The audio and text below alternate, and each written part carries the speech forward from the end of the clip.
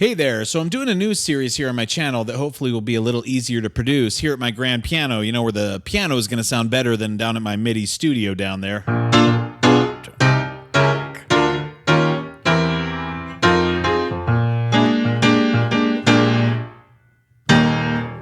Not bad. Ooh, that lowest E flat's a little out of tune. I keep tuning my piano. It's hard. The weather here in Colorado makes it go up and down with the seasons.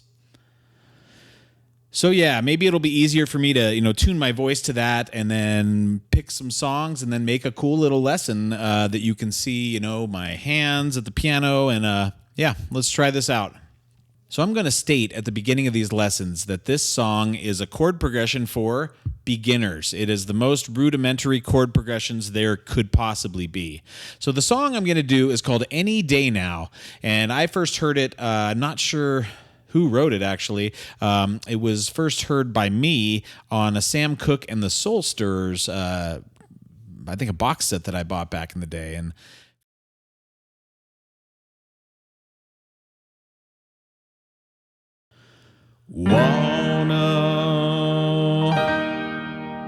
these mornings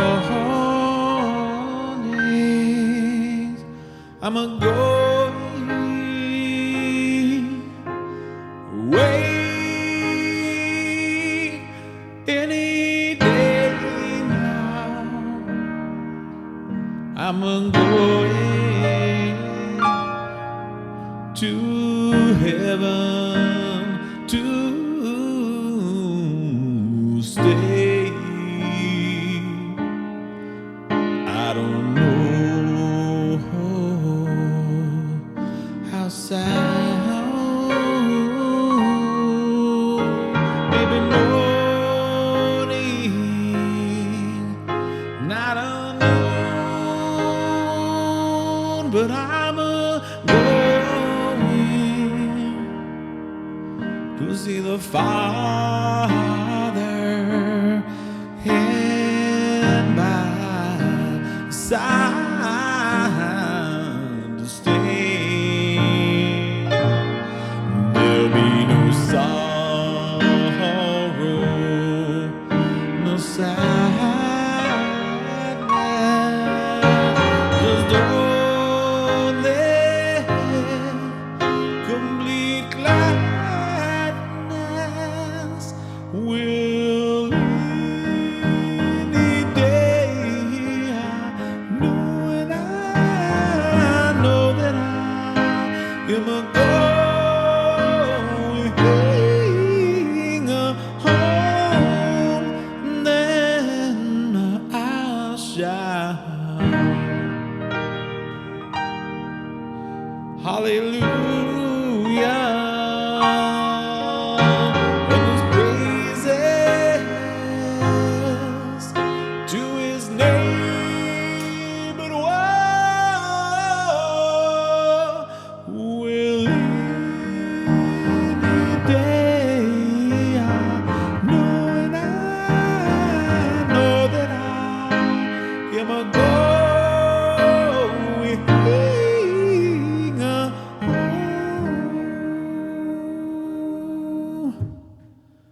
For those of you who know me know that Sam Cooke is my favorite singer of all time. He crossed that bridge between the dirtiness of black gospel all the way to the smoothness of American pop and everything in between. And I don't think there's anyone that could quite convey a tune like he could. So before he was a big pop singer, he was a religious singer and a gospel singer in a group called the Soul Stirrers, which was an established gospel group on the circuit that, I don't know, they lost their singer and they needed a new one. And he auditioned, I think it was like 19 years old, and he got the gig. So go pick up that box set or listen to it on Spotify, whatever you want to do, and listen to the Soul Stirrers, Sam Cooke and the Soul Stirrers. It is unbelievable.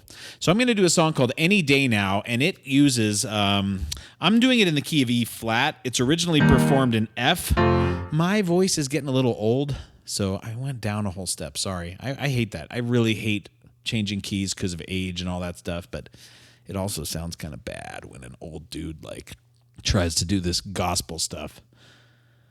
So this song is in E flat. It is so simple. So the main chords it's going to use are 1, E flat. I like this voicing on a piano where you have this really close voicing. 2 octaves of E flat. and then down here. That sounds a little bit high, so the other main chord it's going to do is 5. The other main chord it's going to do is going to be 1 dominant. So 1 can always turn dominant. In fact, it's one of the main motions of pop music is to establish a 1, like E flat, and then turn it dominant, because that becomes a secondary dominant. And basically it becomes the 5. Anytime you have a dominant chord, it's the 5 of something. In this case, it's the 5 of 4. So pop music, as I've said many times, is all about 1, 5, 4 and which order you do them in. Everything else is some variation of 1, 5, 4 in Western pop music. And I'm talking everything from Brian Wilson to Steely Dan to Mozart, all of that stuff. It's some variation of 1, 5, 4. So the first couple chords of this song, I'll sing it for you in a second and you'll hear all of it. It's just 1 in E flat, then it turns 1 dominant. And usually when that happens, 9 times out of 10, maybe 8 times out of 10, would that be 4 times out of 5? Means it's going to go to 4. So it's becoming, the 1 is becoming the 5 of 4. So it's a very simple motion, but in this case, that's what happens. So we have 1 dominant, and I'm not going in time here. That goes up to 4. And then back to 1. And then finally, the big payoff, the one thing you haven't done yet is 5. Remember, I told you pop music's all 1, 4s, and 5s? That's the big thing you haven't done yet. Finally, I've been waiting my whole life to hear that chord, because he's just been messing around with 1, E flat to E flat 7, 4.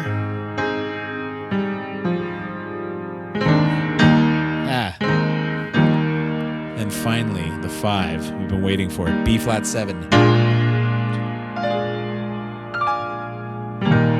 So 5 to 1. So we have in not in time is E flat 7, goes up to A flat, which is 4, then back to 1. And finally, the payoff. You've been waiting for this.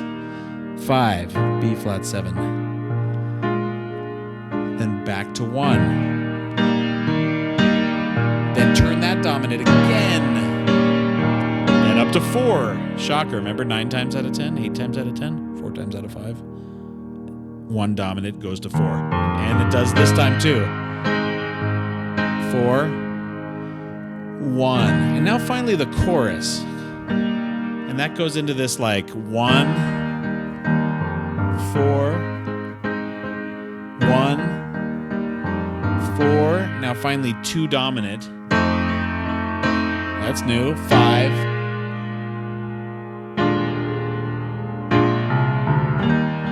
Sorry, I hit a bad bass note there a second ago. I admit it, and I'm not going to edit it out. So the chorus, again, I'm going to sing all this for you. Once I sing it, you're going to hear that it's a song. You know, you should check it out, the original Soul Stirrers version, because even my singing, I'm not going to be able to do what Sam Cooke did. I'm just going to do the best I could do. Tell me in the comments below if you like this new setup. I got 2 microphones on my grand piano. And I got a live vocal mic here so that I can, isolate this from that if I need to. And then I got 2 cameras. I got overhead and I got the piano. If you think I should put the piano at a different angle, let me know. If you like this, let me know. So the chorus, before I start singing, breaks into a 1, 4, 1, 4. Now 2 dominant. 5. 1, and then it goes back into a verse. This song is really just an A-B. You know what that means? A is when you have one section, and B is when you have another section. And that's a very simple way to describe song forms like they did in jazz back in the day. Pop music tends to like things like intro, verse, pre-chorus, chorus. So in pop music, I try to define the names of sections a little bit better because A and B doesn't usually suffice. But in this song, it kind of suffices, so this could be A-B.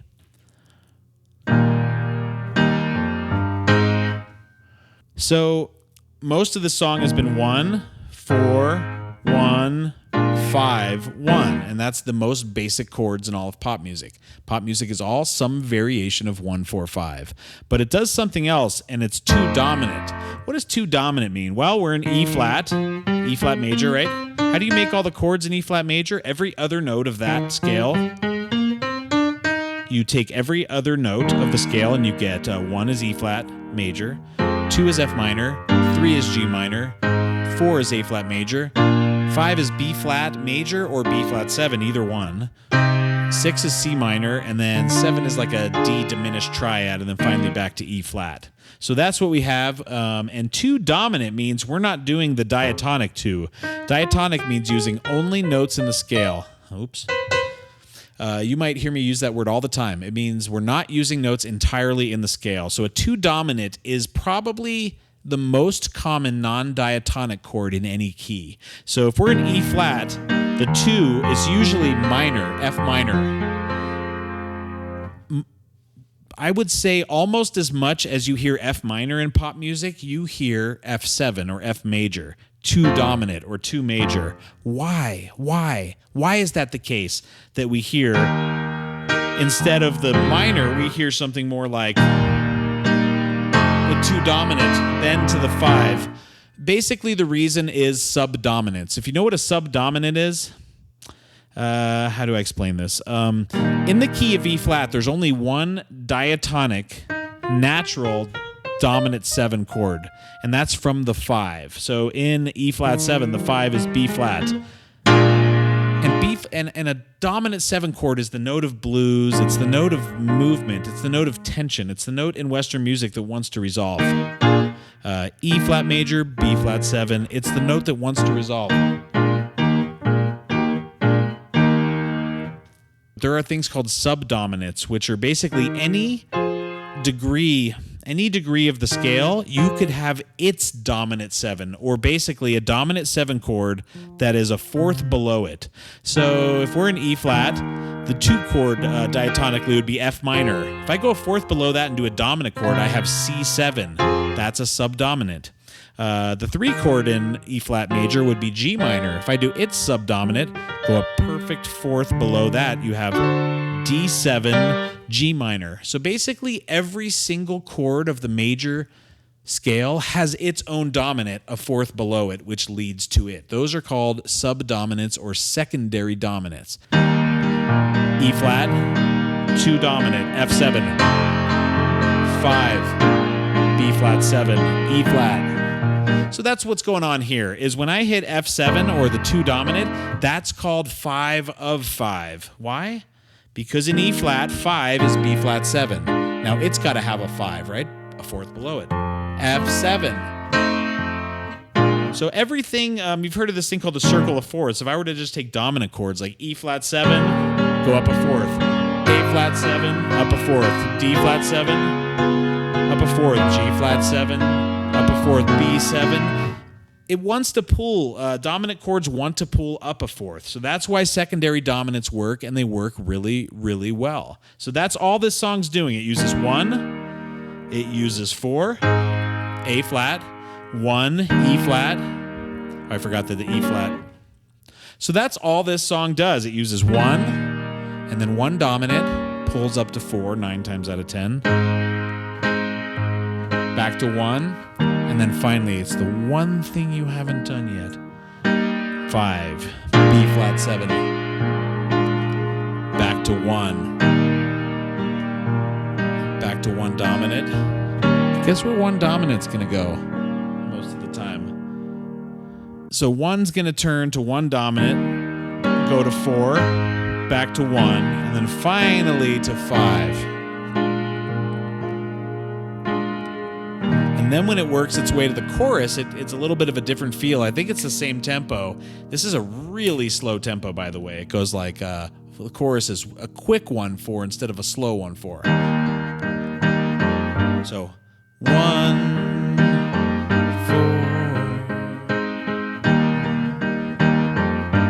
Then 2 dominant, because it's 5 of 5. Then real 5, B flat 7, back to 1. So once again, the chord progression is 1 of the chorus, 4,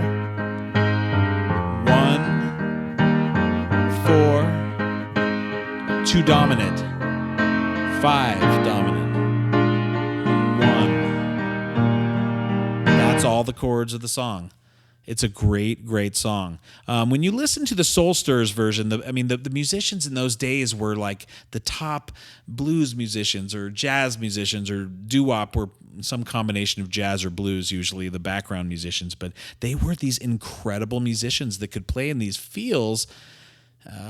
You can't really tell by just listening to it unless you imagine being the pianist, but it's a really slow song, and the piano's doing these kind of like slow arpeggios.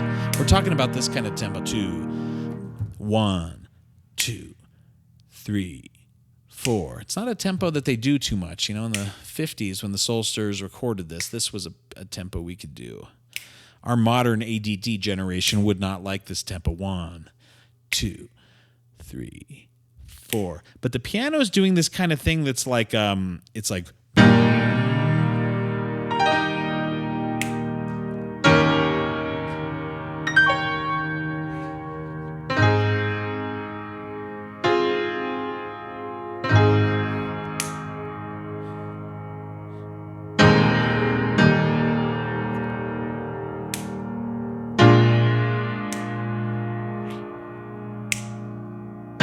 So he's doing these cool little arpeggios, and I can't really begin to mimic what this guy is doing because it is so cool the way he is using the entirety of the piano, and he's letting this slow tempo just breathe.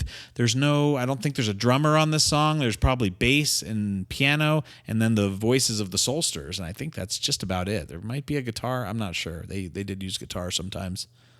So I'll play it through one time, kind of half singing it and half telling you the chords, and then I'll do my full performance of the song in the other video. The first lyric is one of these mornings, I'm going home, or I'm going away. So I will say one thing about the lyrics of this song. It's a gospel song. It's a song about dying, but in a spiritual way, in a religious way, whatever you want to call it. It's about going home.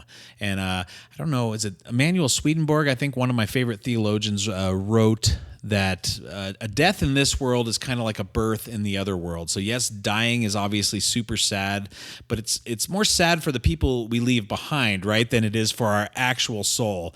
Because our actual soul is going on to either meet the nothingness that people think there is, which is fine. If there's nothing, then it's just gone, and who cares if you had any beliefs.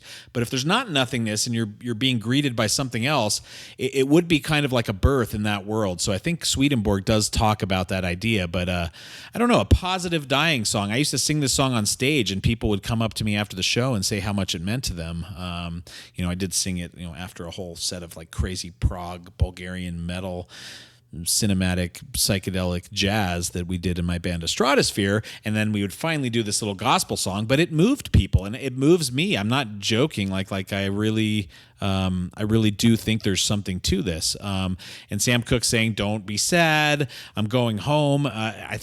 I think it's a cool idea. I've heard enough songs about some dude and his girlfriend and how much he wants her back. I want to hear a positive death song. I'm sorry.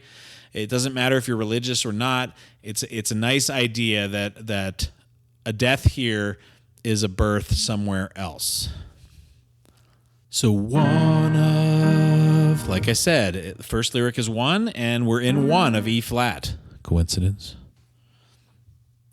1 of, then turns 1 dominant. These mornings,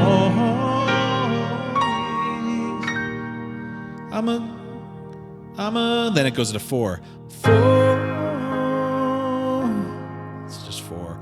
Way,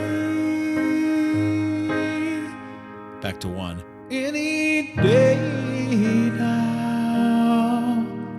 5, I'm a going, back to 1. To heaven, back to 5. Stand, there'll be no sorrow. 1 dominant, no sadness. Guess where 1 dominant goes usually? 4. Just only A flat. Complete gladness. Then the chorus. Will any day I know and I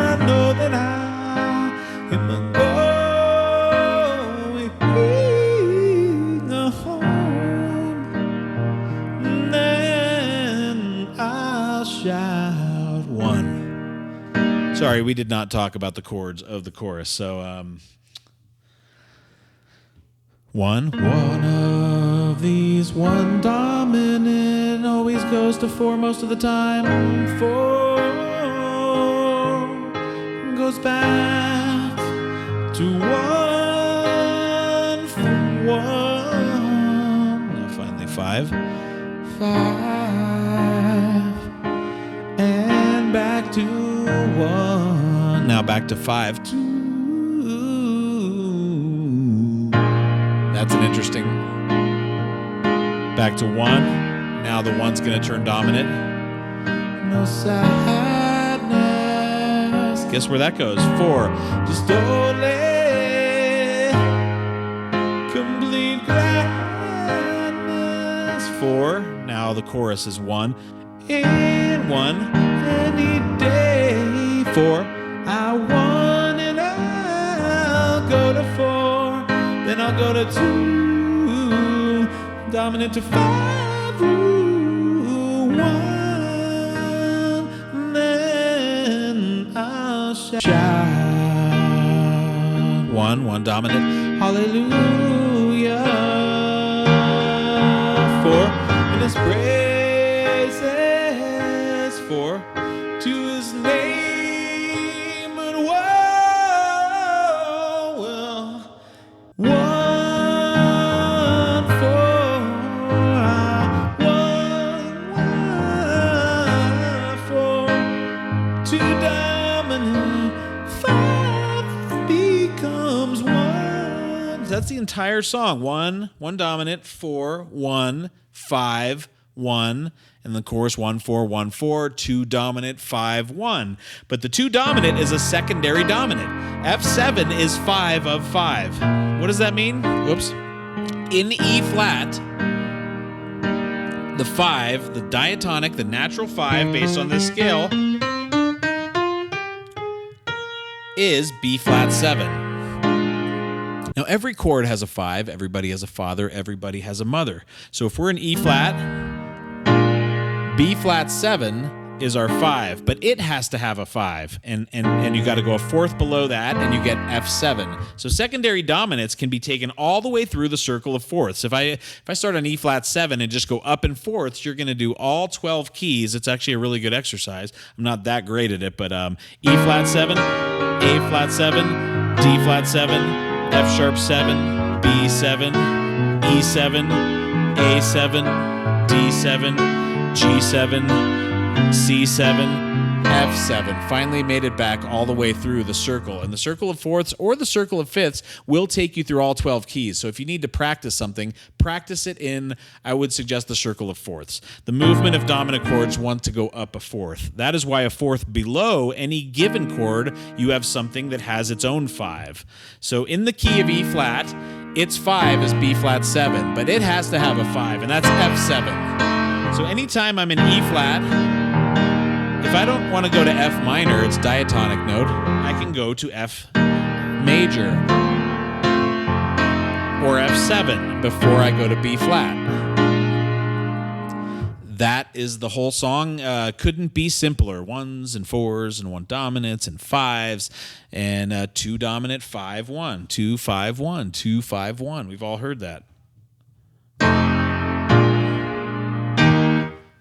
You know, you could do some other endings where you do like subdominants. You know, if you're in E flat, you would do like a 6 dominant, C7, 2 dominant, 5. So like the last chorus there, if I was going to make like a different ending, I would do like a any day I know, and I know that I am going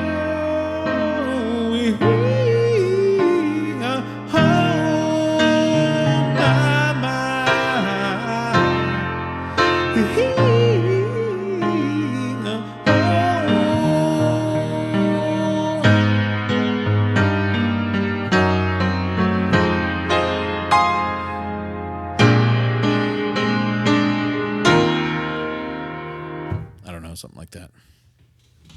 Thanks a lot for watching this video and taking an interest in my channel. Please help me reach a larger audience by hitting subscribe below and ringing the notification bell. Check out my video playlist page to find the categories that most interest you. Leave me a super thanks here on YouTube, and even better, come join my Patreon. Please consider buying music for my original projects I.S.S. and High Castle Teleorchestra. Also, don't forget to sign up for my email list on the front page of timsmolens.com. You can find information about all of those things in the description below. Thanks again.